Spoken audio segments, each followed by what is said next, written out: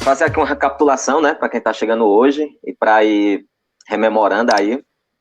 Esse capítulo do Mil Platôs, volume 2, ele se chama Postulados da Linguística.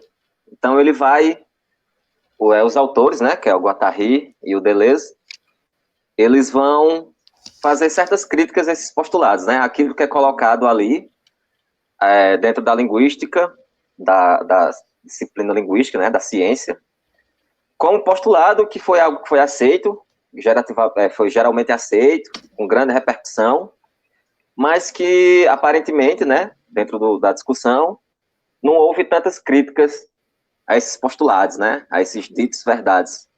E eles vão tecendo algumas críticas sobre essas linguísticas que se dizem científicas, né, que se dizem que se pode achar universais da língua, que se pode achar constantes através de várias formas, né?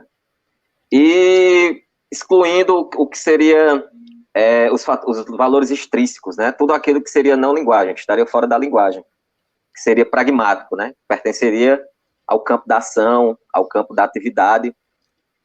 Aí eles vão dizer, não, é meio difícil pensar assim, sobre a linguagem. Tanto que o primeiro tópico, né, desse primeiro capítulo, é uma discussão bem densa sobre palavras de ordem, que vai dizer que haveria uma linguagem comunicativa ou informativa. Aí eles vão concluir esse primeiro tópico dizendo que a linguagem não é nem informativa e nem comunicativa. Ela é uma função de transmissão de palavras de ordem, né, que a gente foi vendo. E eles vão explicando o que são essas palavras de ordem. No outro, eles vão se perguntar se existiria uma linguagem que ela poderia existir, uma língua que ela existiria sem fatores extrínsecos, né? Que é o que eu comecei a falar mais ou menos aqui. Uma língua que se bastasse por ela mesma, né? Enunciados que se bastassem por eles mesmos, que se puder chegar a essa conclusão de que haveria essa expressão única, essa expressão verdadeira de um conteúdo. Eles vão remetendo forma e conteúdo para dizer que não também, né? Já que todo conteúdo ele vai ter sua própria forma de expressão e as expressões por si só são conteúdo, né? O que poderia dar valor àqueles conteúdos também são conteúdos e que o conteúdo não é necessariamente a expressão, né? E a expressão não pode completar aquele conteúdo, pois eles têm mecanismos próprios de funcionamento. E esse terceiro, ele vai abrir mais a discussão, né? Para falar sobre universais da língua, que é bem chomskiano, né, Bárbara? Bárbara que tem mais conhecimento de linguística, que o Chomsky ele busca ser universal, né? Dizer que as línguas, a gente pode encontrar universais neles, constantes, que vão valer para todas as línguas. Que todas as línguas vão ter essas regras básicas de funcionamento e que, com isso, né, se pode definir um sistema homogêneo de línguas, né? Então, a crítica, mais uma vez, vai se voltar para o Chomsky, né, para a gramática gerativa, arborescente. Então, vai ser mais ou menos a crítica. Então, ele vai dizendo, eles vão explicando por que não, né? Porque a gente não pode pensar nesses universais e nessas constantes, nessas homogeneizações, né, pertinentes às línguas.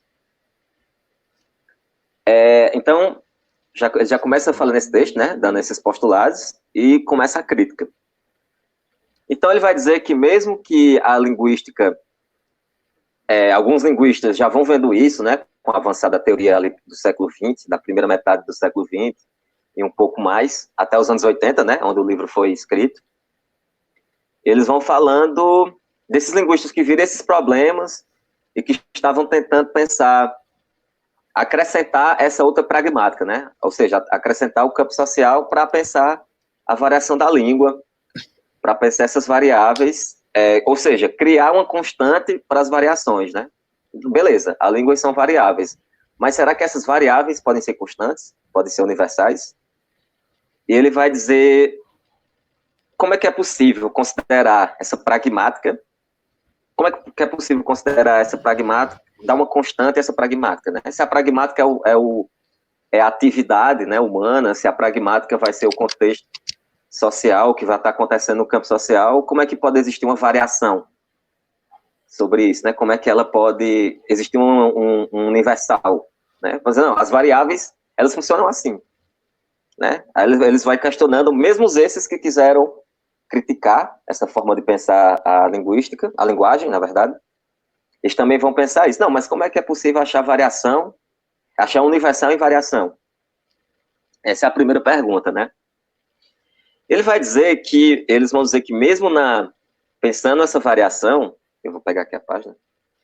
Então ele vai falar das competências, né? O que esses novos linguistas estavam querendo pensar, né? Com essa crítica ao essas universais e querendo adicionar algumas constantes, ele vai dizer que a distinção, língua fala, né? Língua é tudo aquilo que se pode definir através de um sistema científico, né? De geração, que você pode extrair, você pode ver, você pode oposicionar, enfim.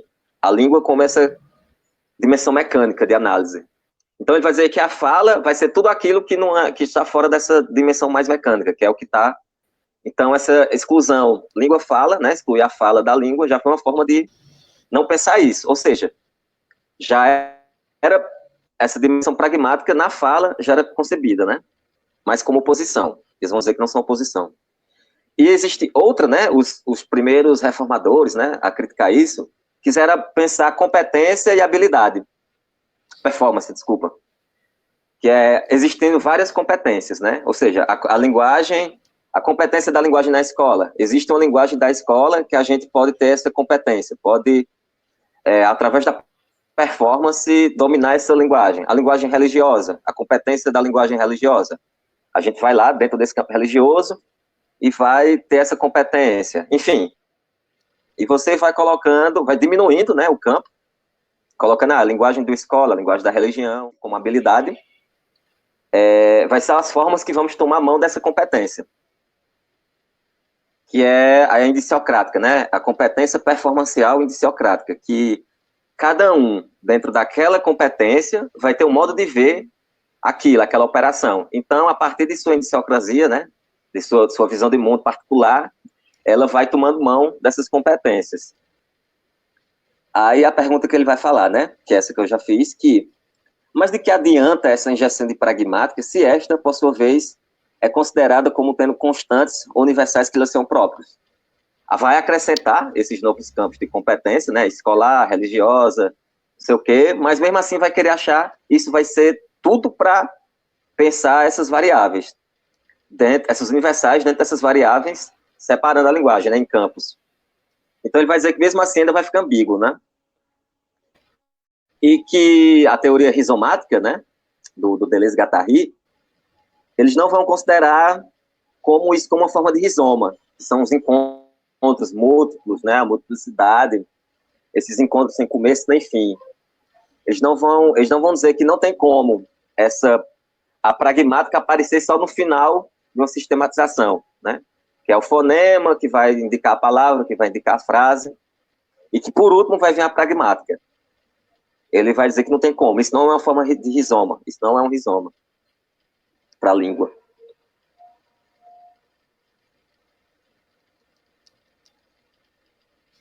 Então, ele vai dizer que a ideia não é achar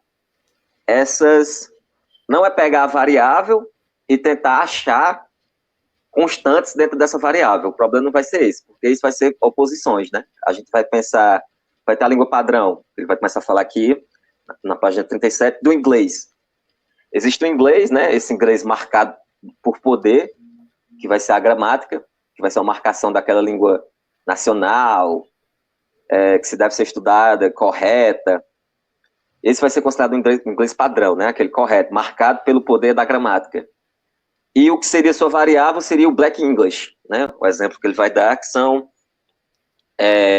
o inglês dos Guedes, enfim, outra forma, eu percebo isso como um dialeto. Não sei se pode falar em dialeto, né, aqui, mas eu percebo isso como um dialeto, né? Essa linguagem suburbana, de gueto, que vai se opor a essa linguagem padrão. Dentro do texto, eles não vão pensar como essa oposição, né? Linguagem padrão, linguagem de gueto, variável. E mesmo se pensar assim, não adianta nada você querer achar uma variável dentro dessa variável, né? Dentro do inglês é do Black English, do inglês do gueto. Não adianta nada você querer achar um padrão ali. É porque o Black English funciona assim, é porque o dialeto tal funciona assim. Vamos encontrar um padrão para pensar essa variável. As coisas não vão se dar dessa forma. Não se buscam padrões, né, independente da variável. Mas ela vai ser sempre variável. Ela vai estar indo de um ao outro, do padrão ao não padrão, do considerados, né, considerados padrões, de um ao outro, e que essa variável ela vai ser a própria regra, né?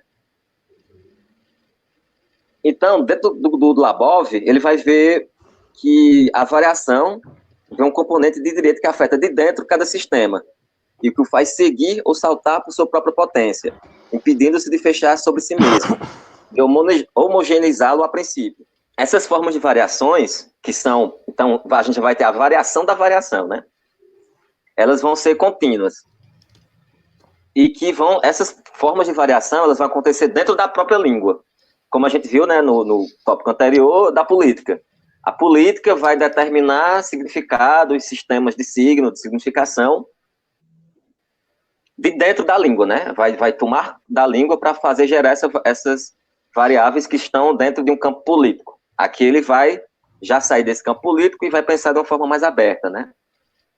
Então, essa própria variação trabalha a língua de dentro para manter-se constantes, né?